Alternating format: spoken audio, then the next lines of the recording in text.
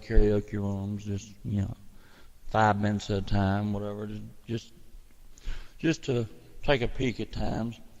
And I never have heard, in my opinion, of the talent that we have in this. I mean, we have talent top to bottom. You know, even some of the people who's gotten mad at me, I reckon, and left, they were still talented singers.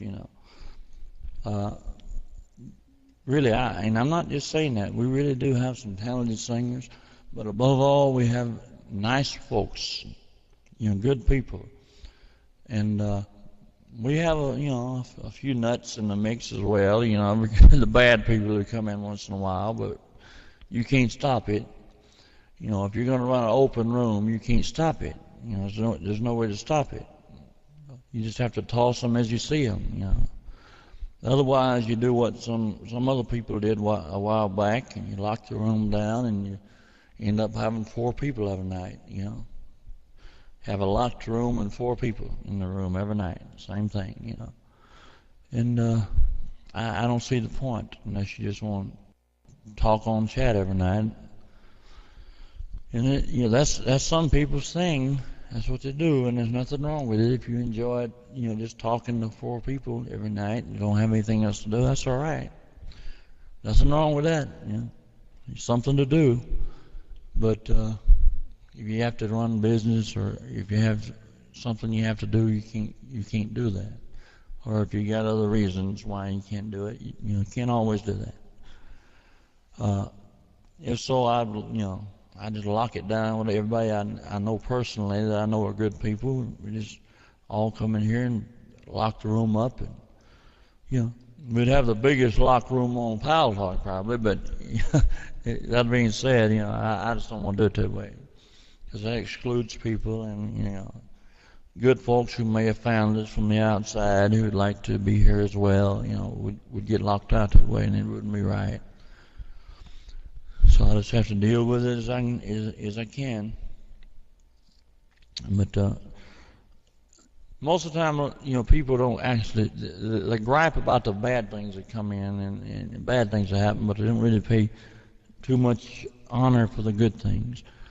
And I just like to say, I just like to stop for a second and thank you good folks who come in here again. I know I say thank you at the end of the night and all that type of stuff, end of the day or whatever, whenever we're chatting. But I'd just like to say thank you right now, from the bottom of my heart, for supporting this room.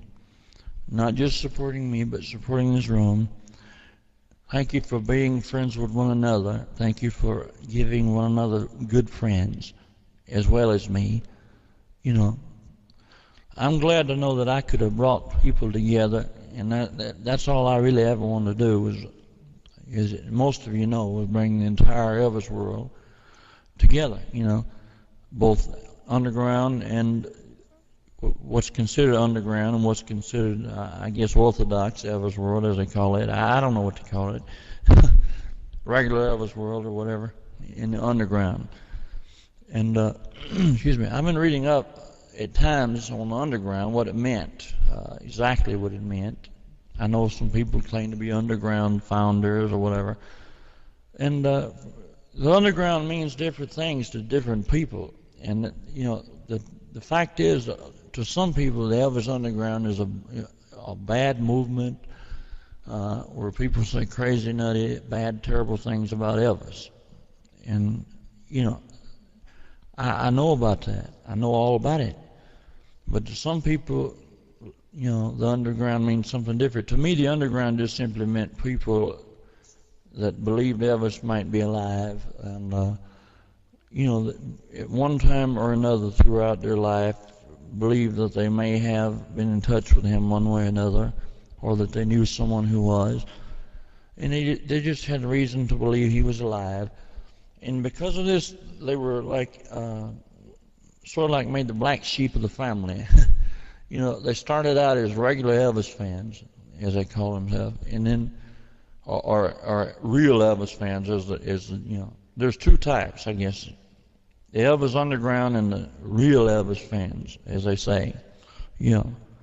one crowd calls himself the real Elvis fan, and to be a real Elvis fan, you have to subscribe to the doctrine that Elvis is dead, that everybody who thinks different's a nut, And of course, the Elvis underground, they consider themselves real fans as well, and I do as well. I consider them fans as well. Maybe even somewhat more so as others, because they have taken time to actually investigate things. They stay on it. Other people just listen to music and buy bootlegs or whatever and take things as they come. And the other people, and I'm not putting them down, I'm just saying how it really is. And the other people will, they want to stay friendly with what's known as the Elvis Memphis Mafia. They want to stay friendly with it. If they can get to them, they want to try to get to those folks and people who knew Elvis in the past. And, and some of the underground do the same thing, but there's nothing wrong with that either. There's nothing wrong with either thing, is my point.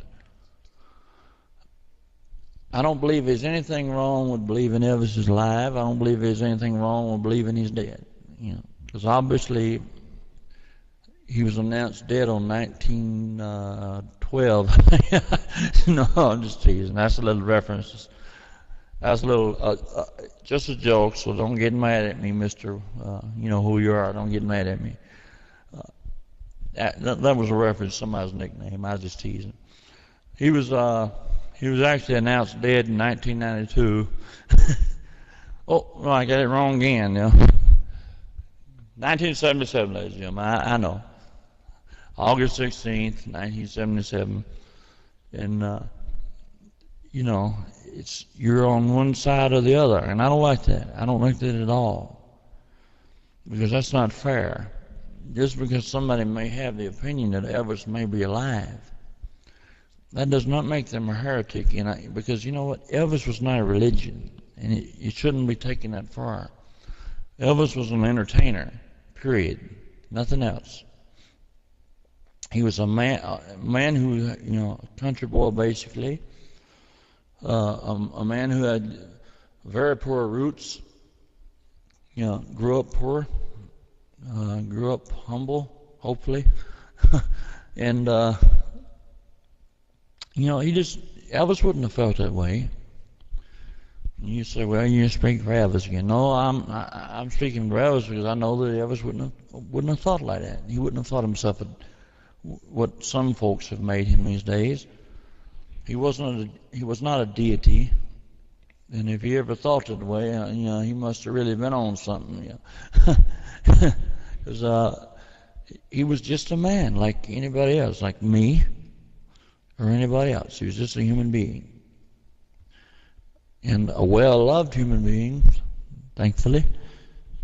He tried the best he could to love people, and he tried the best he could to entertain people.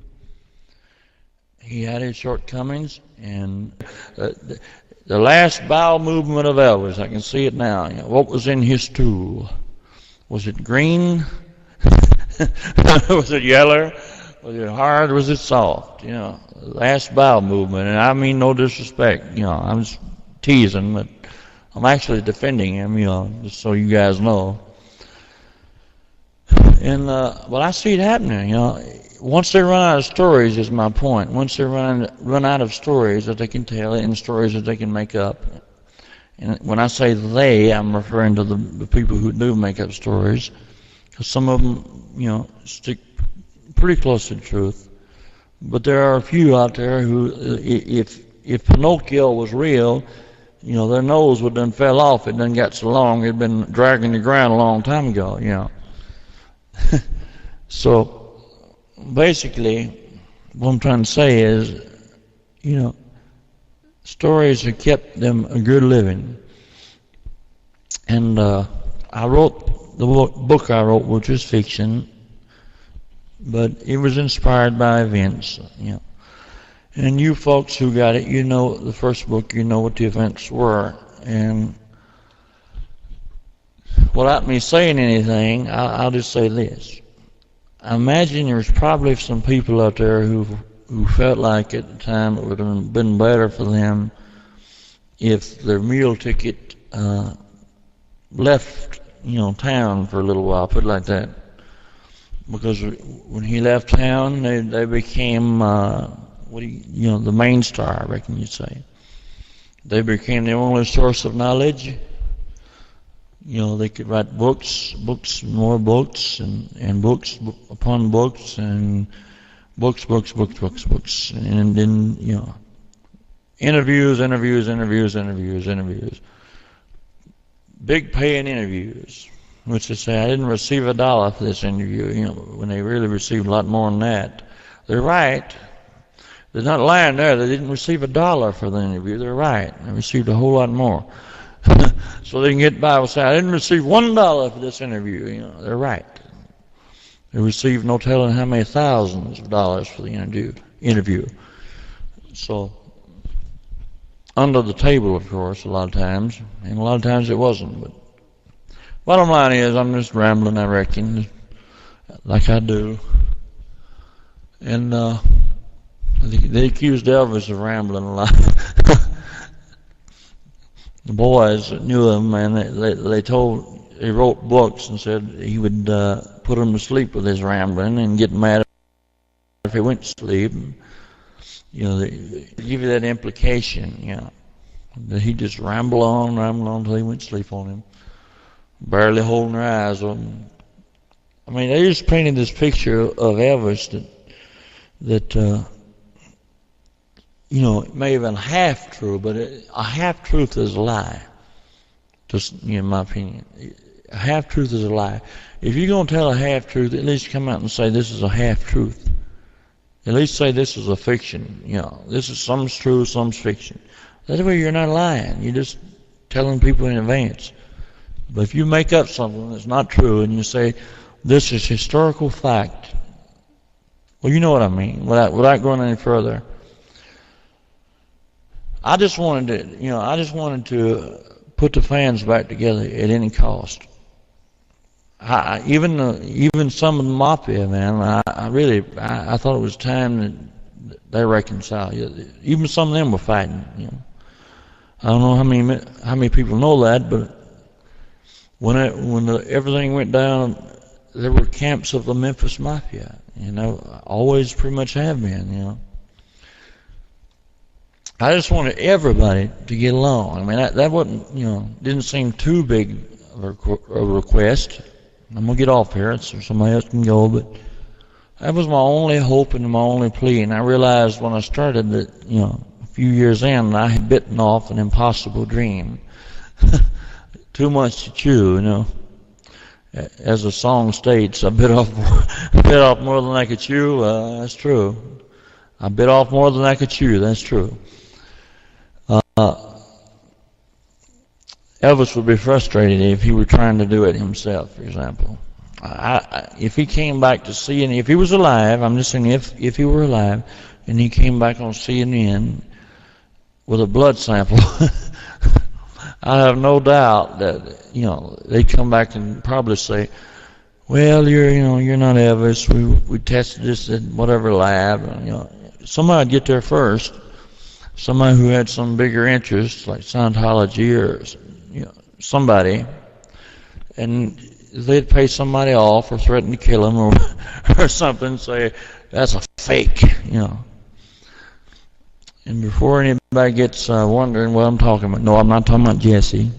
God bless the folks that believe in that. I love them.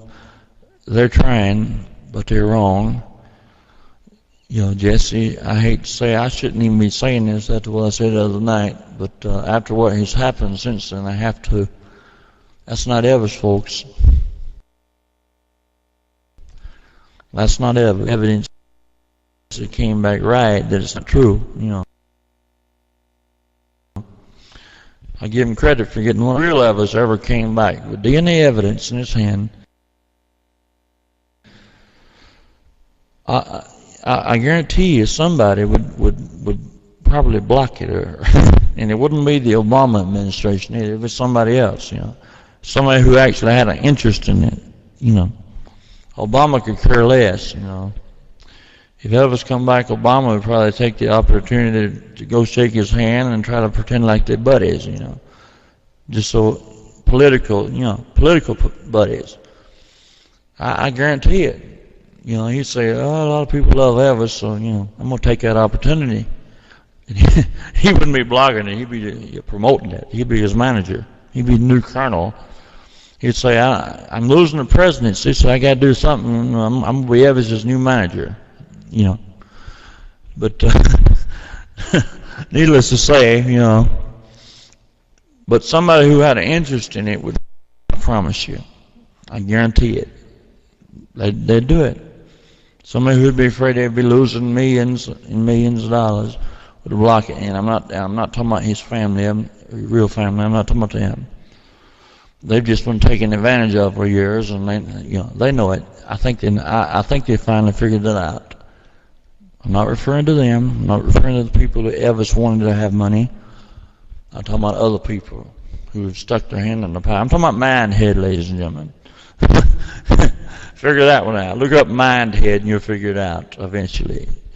Look it up, find out who it is, contemplate it, and you'll figure out what I'm talking about. Mindhead.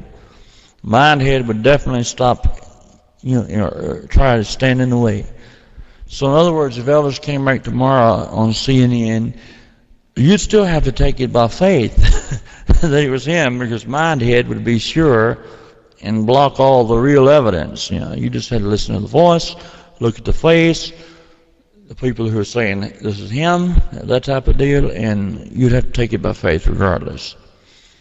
Don't know how I got this far in. All I'm saying is I came back to, came out to try to make people come together. That's all I wanted to do. And I believe I may have alienated people even more. And I don't like that, but I realize it's impossible. Until somebody proves to me that it can be done and that my efforts meant something, I'm going to say it was a failure.